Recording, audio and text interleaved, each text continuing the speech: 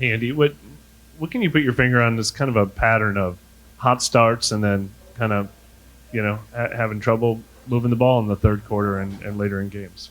Yeah, I mean, you can't put your finger on one thing. The way we started this game, I mean, exactly how you want to start. It's a couple weeks in a row to have a strong first drive, getting the touchdown, and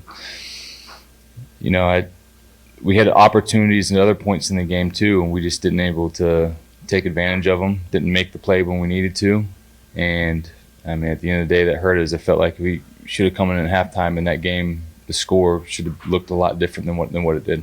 Can you detail the two deep balls where there wasn't a receiver in the area? Was that the idea on both plays to go deep, and then what didn't happen on both of those? Yeah, I mean, there's a couple chances where I have to get the ball out of my hands quicker than I'd like to, and taking shots down the field. I mean, it's what we were trying to do on those certain plays, and so sometimes, I mean, when you have to get the ball out of your hands before you want to, I mean, the ball's not always going to be exactly. You can't see exactly where they're coming out of the route and all that kind of stuff. So the idea is you threw to a spot, hoping the receiver would go there. You just didn't know where. There's an adjustment. I mean, it depends on how they're playing. The route. I mean, they can take different angles and different things, and so, yeah, that's.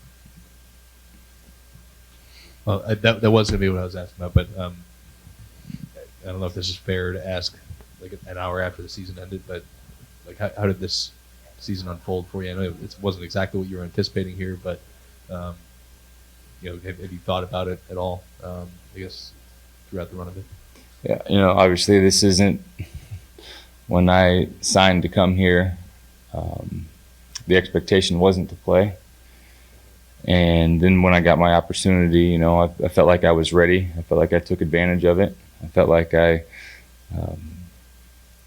helped this team, and I put some good stuff out there that allowed them to continue to have faith in me as to be the guy leading this team, leading this offense. And so I think what we're going to do now that the season is over, we're going to look back, and today was another perfect example of it, and look back to the several plays in the games that we lost that we could say, man, if we would have made that play, if we would have made this one play, then the game would have been a whole lot different. And that's the reason why we're sitting here at 7-10, not in the playoffs. And I think just kind of moving forward in the mindset that we have to find ways to win those close games.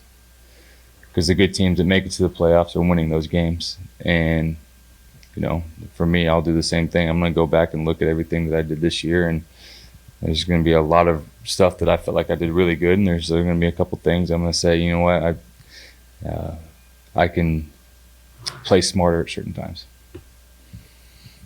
I know that it's not something you'll be able to answer now, but talking about next season and ahead, Dennis Allen earlier this week spoke very highly of you. Is the process for you to engage them with your team, wait till they engage you? I know it's early, but just kind of the mindset as you will approach the off season, having finished this year as the starter here. Yeah, I have really enjoyed my time here in New Orleans. I feel like working with this group of coaches, being on this team with this group, I've had a lot of fun this year. And so as this off season gets going, we'll kind of let the whole process take care of itself. And there'll be communication back and forth, and we'll just see how it goes from there.